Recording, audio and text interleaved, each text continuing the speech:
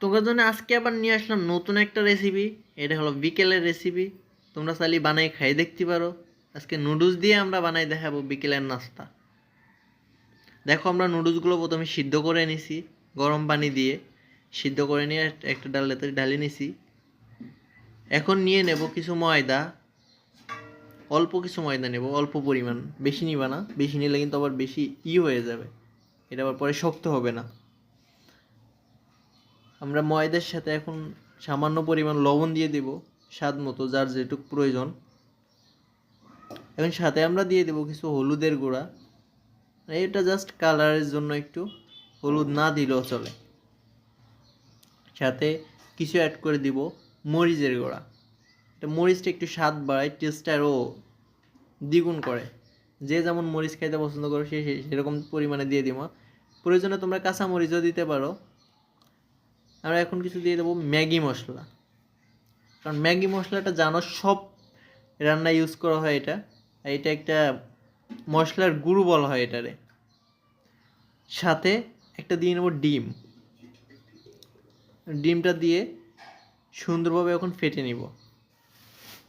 এত সুন্দরভাবে করতে হবে, মিক্স করে নিতে হবে যেন ময়দাটা বোঝা না যায়। আমরা এখন এটা সুন্দর করে মিক্স করে নিছি। নেওয়ার পর এখন আমরা এর ভিতরে নুডলসটা মিক্স করব। এখন আমরা অন্য একটা ইসের নুডলস রাখা, ওইটাতে নুডলসগুলো এখন ছেনে নেব। ইচ্ছা মতো ছেনবেন, ইচ্ছা মতো ছেনে পুরো ভর্তা বানাই ফেলাবো। ভর্তা বানানোর পর এইটার ভিতরে এখন ঢেলে দিব সেই ময়দা।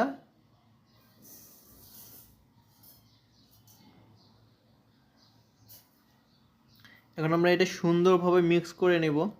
যত সময় মিক্স না হয় পুরোপুরি, তত সময় আমরা করব।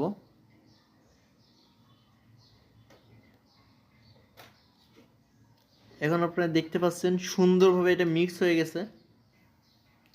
মিক্স হওয়ার পর এখন আমরা একটা তাওয়ায় গরম করে নেব তেল। গরম করার পর সুন্দরভাবে পিস মতো করে আপনার পছন্দ অনুযায়ী ছেড়ে দিবেন গরম তেলের ভিতরে।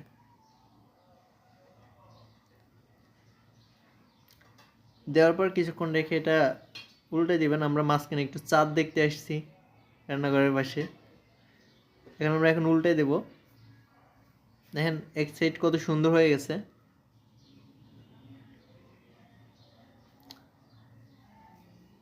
এখন এটা উল্টে দেওয়ার পর এখন কিছুক্ষণ পর আরো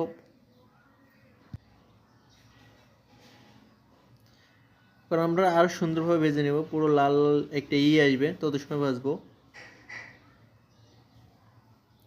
কারণ ভালোভাবে না ভাজলে ভিতরে কাঁচা থাকবে। মিডিয়াম আছে ভাজতে হবে এটা চুলার। আমাদের এটা দেখেন কিছু ভাজা হয়ে গেছে, আমরা এগুলো উঠাই নিব। তারপর আমরা পাশে অন্য চুলায় রান্না করতেছি আরেকটা। এটা হলো শুটকি।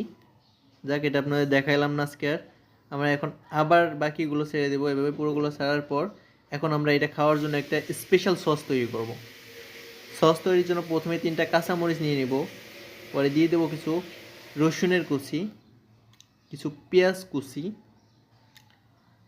দেওয়ার পর দিয়ে দেবো একটু স্বাদ মতো লবণ, যেহেতু এটা সস হবে এই জন্য লবণ দিয়ে নিব।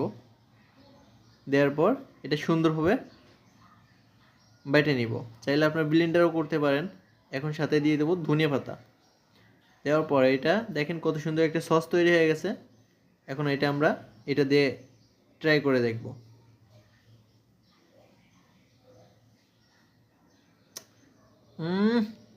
এত সুন্দর, ভাবা যায় না।